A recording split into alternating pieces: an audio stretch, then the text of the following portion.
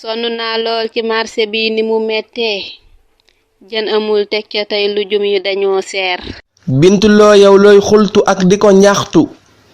nag ñu may way xanaa du jën benn fanweer. man li may xul bu doon yow it danga def nii waaye nag loolu sax du wax dina lay leer li ma bëggee nga wax ma lan moo di awaan ndax dama dégg aw turam mi ngi fi riir wax ma ndax luñ di lekk laam lu ñu naan la bu subaa teel ma xëy fa tàbbi ci seen biir. bile laaj tey ma tontu laat ba nga xam ne luñ di jaay foog ñu saytu koot ba mbiram leer lii di aw wàndaa baax ci soxna su gis baax lii di aw wàndaa baax ci soxna su gis baax su ko dee jël du ruste fum tëdd yandoor hygiénique serviette la bu baax teg ca dal xel te itam waa Afrique émersa ko far jóor Sénégal gi ba tax na soxna yi aw waan mooy ki leen doy ku weddi laajal ma may ndiir am na it ay paquet yu mag te itam sax am na it ay paquet yu ndaw njëg ya duy seer. kon de awaan njariñ yi law na ba far lëw ku di ab soxna kon dawal jëndikoo wóor nu ni def sax ba jot ca man laa di laajte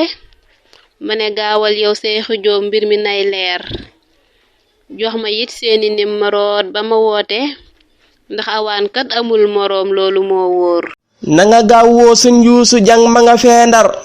soo ko woowee nga xam ni seen lépp day leer